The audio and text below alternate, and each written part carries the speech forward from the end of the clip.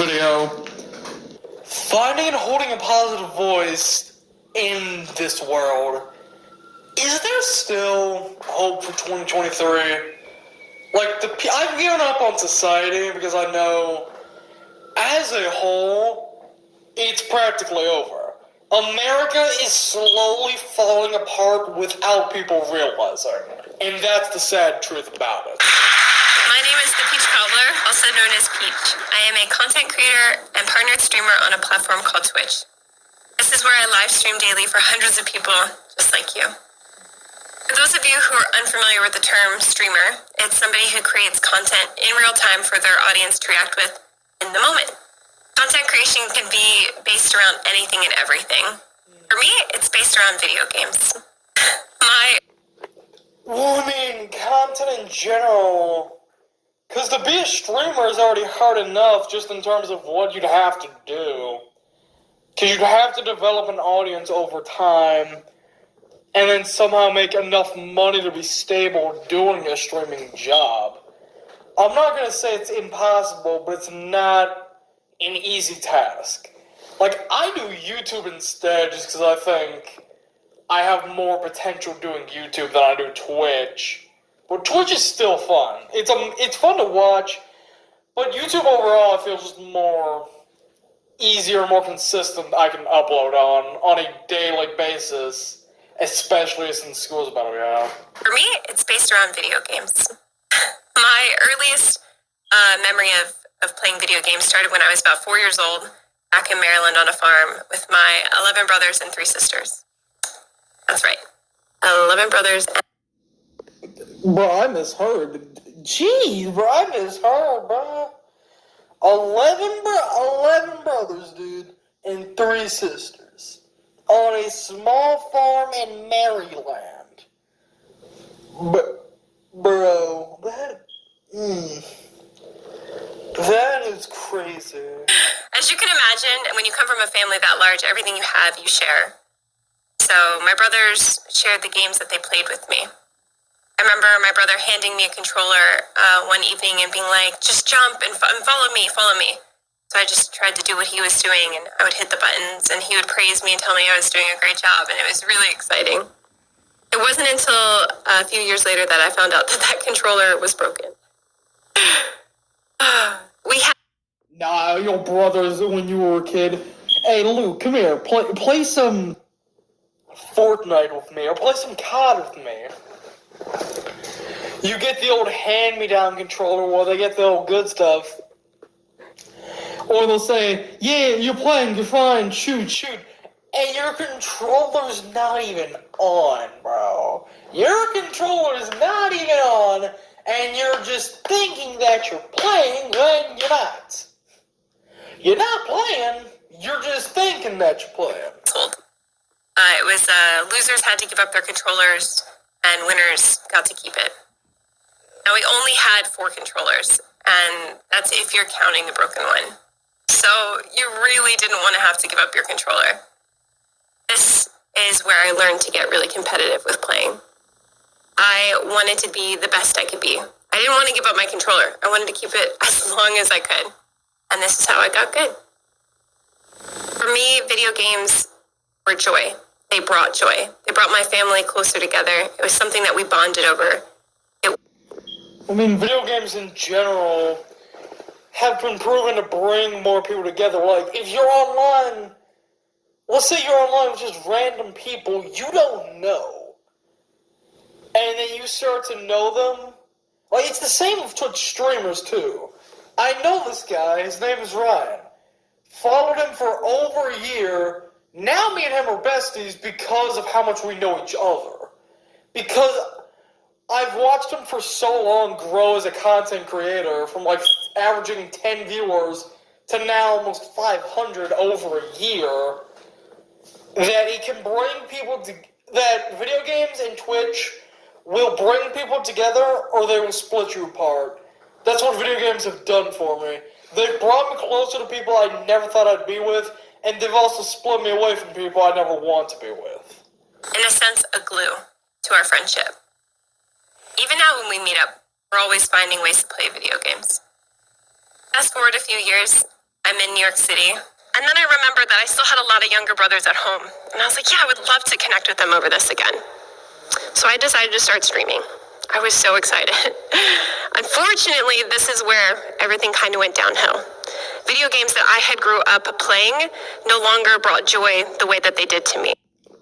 Well, I mean, you're a lot older than you were when you did that. It's like games from the 90s and early 2000s, even early 2010s, like for people my age, they're not going to hit as much anymore because nostalgia and popularity are not as high. They had their prime and they're never going to get it back. The sad truth about it, it's never going to come back to you. No matter how much you play it, it doesn't matter. You're never going to get that same feeling you had when you first played the game. When you were on there all night, pulling all-nighters, playing the game and enjoying it so much. I want it to come back, but it's never going to. There's no possible way to bring that feeling back. That first feeling when you enjoy it versus now when you're on the game, like Fortnite. That first moment you played, you loved it. It was amazing. Those first few seasons, everyone loved them. Then as you grew on, you didn't like it as much. You slowly drifted away from what you once loved. That feeling can never come back of what you loved before. It won't happen. It's the harsh truth. Games now incited rage or hateful comments. There was so much racism, sexism involved in it. COD, Call of Duty, Valorant, Apex, Overwatch, Fortnite, Battlefield. You know, just all, especially COD, dude. COD is so bad with communities. That's how they are, though. That's how they always have been, and that's how they always will be. Like, you can't change them. Even if you just start banning them, they'll come back. You can't do anything about COD. It's impossible. I remember the first time that I loaded into a game. So video games now, instead of playing with my brothers in my living room, you can play with people on the internet. You don't choose who your partner is, they choose for you. But you go into like a fill game is what they call them, random fills. Remember the first time I loaded into a game, the guy's voice came over the thing and he said, hello? I said, hi. Are you a girl? Yes. I was like, in my head, I was like, is that an issue? Like, what the heck? And he was like, oh my God, we're gonna lose. I was like, well, that's rude. I was like, no, we're not. I was like, what do you mean we're going to lose? I was like, what a terrible mentality or mindset to have. And he was like, well, girls are just really bad at video games. You'll see. It was so tough because, unfortunately, I was bad at the game. I had just started playing. But I was so frustrated because I wanted to be better. I wanted to beat what he had just said about girls and me being bad at this new video game that I picked up. It continued. It was like every random game that I got into, somebody had something negative to say about me. Whether I wasn't playing the game the way that they wanted me to play. I mean, that's how society is, though. Society as of 2023 is, I don't care what everyone says, it's at a low point. Everyone hates each other because everyone is divided by so many different things.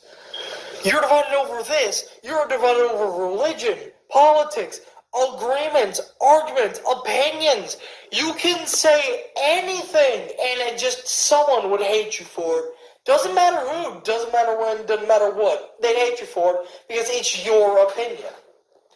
It doesn't matter because 2023 standards, how they've based it, is to where you don't get to have opinion pretty much. It's how this economy and society is now.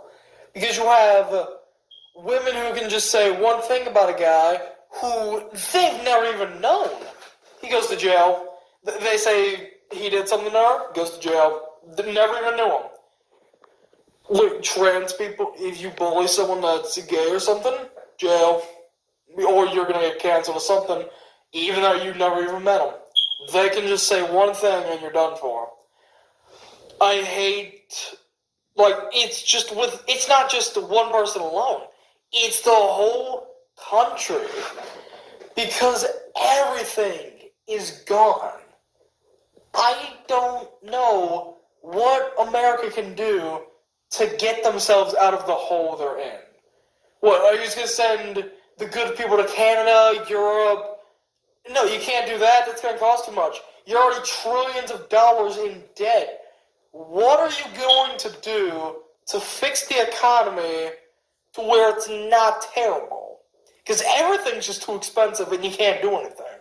You can't go outside. You can't say anything without getting someone mad or something. Like, what can you do? That's the question. I'm always wondering this. They would do things to make us lose because I was a girl. They just wanted a new partner. It was terrible. I remember I got into a game with a girl, and I was so excited. I was like, oh my gosh, another gamer girl. We're going to have so much fun. We're going to connect. It was quite the opposite. In fact, in the first 5 minutes of playing with her, she hurled probably every single insult that she had ever heard on the internet at her to me. It was bad. I ended up leaving the game. I couldn't even play with her. Some of the stuff coming out of her mouth, I couldn't even stomach. It was really disappointing. So these are... What is society, dude? What have we as humans become?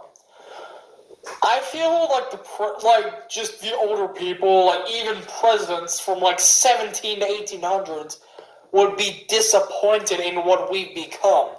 They literally made this country so that we would be free. And look what we've done with it. Look what has happened. And we've literally taken what once was a beautiful country and we're just ruining it. We're practically killing animals, breaking down their habitats, and just building buildings and houses.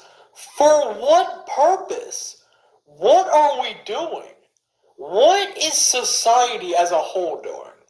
You can't go into a video game. I agree with this girl. You can't go into a game without just someone saying something mean like, haha, you're bad, you can't do anything. Like, dude, that's how society is. That's how people are. And they're not going to stop. They never will. It's why I literally block out every hater I can see. Because I personally couldn't care for them. It's the idea of bullying I don't get. What is the point of bullying someone to make them feel bad when it's just slowly hurting them more than it is you? Because either you're just doing it because you want to have fun, which is not fun, or you somehow have pain that you felt in your life, but instead of taking it out on the person that caused that pain, you're taking it out on innocent people who never did anything to you, who you've never met, who you never knew. Like, why? What is the point of bullying? Why, dude? Mental health. I was laying in bed one evening and I was like, am I really doing the right thing? Like, this was supposed to bring me joy, and now this is giving me anxiety. And like, every time I get on, I'm like, oh, please get someone who's nice. While I was laying in bed that evening, I had this huge thought. It was from my grandmother. And she used to say, when somebody would throw negative thoughts at you or things that you can't control, let it roll off of your back like water rolls off of a duck. Ducks are really fascinating creatures. When it's in water, it's wet, but as soon as it comes out and it shakes... Bro, now here's a question. Why are ducks' heads green? Their bodies are white, their beaks are yellow, and their heads are green. What genetics and DNA manipulation happened? What did you do to it? Its back as if it was never there, leaving no residue of water. So that mental image of like, don't let people's comments stick to me was so powerful for me. Then I started to realize that those droplets weren't even meant for me. They were coming from the person and the person was hurting. So then I started to section it out in my head and it was so much easier to take. Their nasty comments were no longer powerful. They were pitiful. And with that in mind, I started having more empathy for the people that were saying it. I just moved on. I get the idea of empathy, but I don't hold anything for people. I genuinely could not care. Congrats, you bullied me for 12 years. Now all of a sudden you want me to support you because you're failing? No. I'm not helping you do a thing. I've been bullied for years. I don't care. I've been bullied for what's felt like my whole life. I don't care if you want my help because because you're all of a sudden failing and I'm succeeding. No. Because of how you treated me before, I'm going to treat you the same way. I'm not helping you. You can get over it. It's your fault for how you treated me. It's not going to happen. I'm not helping you. I'm not going to be rude to you, but I'm not going to help you. It's your own fault for your choice as a kid. Change the way that they were interacting with me. Some of the ways that I started to combat the toxicity that was in the gaming world was, one, allowing it to just roll off of me. Someone said something real, I'd be like, okay, thank you, bye. Like, it's not for me. I also started to not let them have the platform or the time that they wanted to insult me. It's doing an injustice to myself and to the person who's trying to be the insulting person. Like, they want this platform to be rude to you. They want to feel powerful. The internet is a scary place. People can hide behind usernames. They don't have to have their real face up. They don't have to have their real name up. All of these comments would probably never be said to me in person, but because I'm on the internet. Well, go to California. I'm sorry, listen, I know I make fun of California a lot, but go to California one time. Go to Los Angeles, or go to San Francisco. San Francisco is a terrible place. Los Angeles is a terrible place. The whole state of California, besides San Diego, terrible. Like, the people, terrible. The food, mid. The people are terrible. So is New York and New Jersey, but California just holds that special place of, oh, we are a gay state, which makes it even worse. I'm not saying all gay people and all bi, lesbian, I'm not saying every person is bad if you're LGBTQ. No, that's not what I'm saying. I'm saying if you're the ones that try to be like, no, you have to be this discrimination, and I don't have, like, you can't do anything. Or if you're one of those people that tries to force religion onto non-religious people. Like, why? What is the point? You're not benefiting. You're trying to hurt someone, and it's either going to work or it's not going to work. Like, what is the point? Why, dude? What are you doing what are you feeling to make you want to do that to another person? People to come and interact with me, it makes it easier for people to hide and just get that negativeness, whatever they're carrying from their day-to-day life, out on me. After I started doing this, cutting the time that I spent with the toxic people, I started finding the more positive people in gaming. The people who thought the same way I did and enjoyed the same way I did. This is what it looks like when I'm live streaming. I have a chat to my side so I see what people are saying while I'm playing the game. And then this is where I can see negative comments that come through every now and then. Okay, so here's some of the positive comments that people have sent me via after playing games. I had a message sent from a mother who she felt like the game that I played with her kid had changed his life. And she was just like, he gets bullied and he just feels so depressed all the time. But like after he got off the game with you, he felt so empowered. And because of my quote unquote status or my following, because of what I have built, it gave even more power to have this kid feel like he was something or someone. Like, I know I mentioned this earlier, this guy Ryan. You could play one game with someone you've never met, and it would be it would mean the world to you. I remember the first time ever playing with him. It was a duos game. The fun we both had, and now, like, from him going from 10 people to almost 500 an average stream, to where almost his whole audience knows and loves me. It's just, it's the feeling of love that I never once thought I had. Like, from outside of family, that feeling is more there than it was years ago. Like, you could ask me a year and a half ago, how are you feeling? I'd say, like, just nothing. I feel nothing. Now, whole different story. Like, there's still that feeling, but there's more happiness and love to it, overpowering it. Kindness is so powerful. We all crave kindness. And kindness from a stranger is more potent and powerful than kindness from your parents or a friend that you know. Because kindness from a stranger isn't coming. One nice thing You could go up to a random stranger you don't even know, say one nice thing to them, it would make their whole day. Make their whole week even. Because you know they never get any, you don't know them. But you tell them one compliment.